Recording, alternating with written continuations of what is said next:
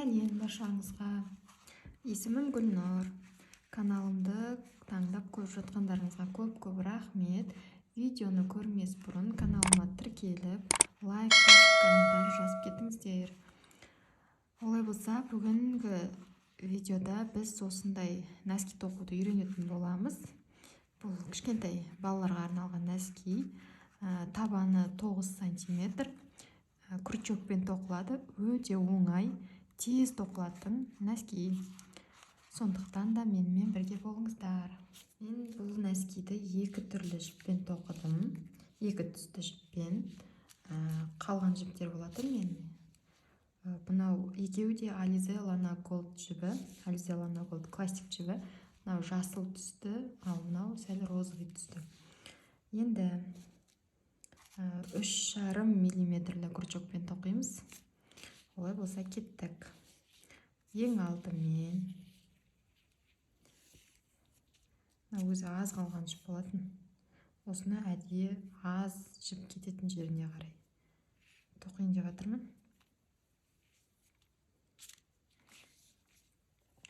Ең алдымен осылай шеңбер жасап аламыз. Шеңберіміздің ортасынан жұмыс жібін іліп шығарамыз. Бір воздушный петляға көтереміз. Бір. Енді ары қарай кеттік. Тағы да екі воздушный петляға көтереміз. Мұнау бізде бірінші ряд болып, бірінші петля болып саналады. Ары қарай біз шеңберді айналдырып, накидпен мынадан бөлек 11 петля тоқып шығуымыз керекпіз. Мұнамен қосып санағанда бізде 2 болды. 2, 3, 4, 10, 11, 12, 12 петля с накидом болды. Енді мұна қысқа жібімізді бүйтіп тартсақ, біздің шеңберіміз осылай жиырылады. Енді мұна жерде біз жаңа 3 воздушный петляға көтерген болатынбыз. Соның 1, 2, 3, яғни 3-ші воздушный петлямен жұмысымыздың аяғымен, яғни жұмысымыздың басын қосатын боламыз. Мінекей жұмысымыздың басы мен аяғын қосып алдық. Мына жерде бізде 12 петля с накидом бар. Енді біз осыны 2 есе көбейтеміз, яғни 24-ке көбейтуіміз керекпіз. Ол үшін 1, 2, 3 воздушный петляға көтереміз. Дәл мына воздушный петля тұрған жерден, осы жерден тағы бір петля с накидом тоқимыз. Мына жердегі біздің мынау қысқа жібімізді осының арасына қосып тоқып жібереміз, артынан жасырып жүрмес үшін.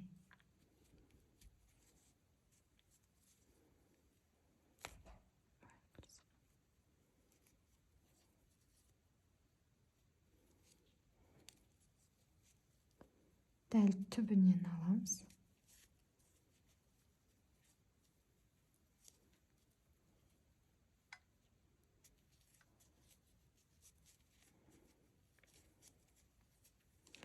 Екі.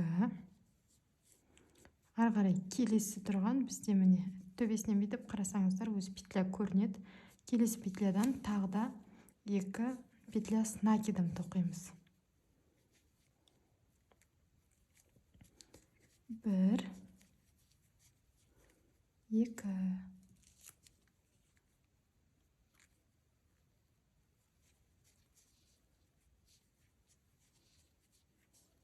Сонда бізде 4 петля с накидом болды.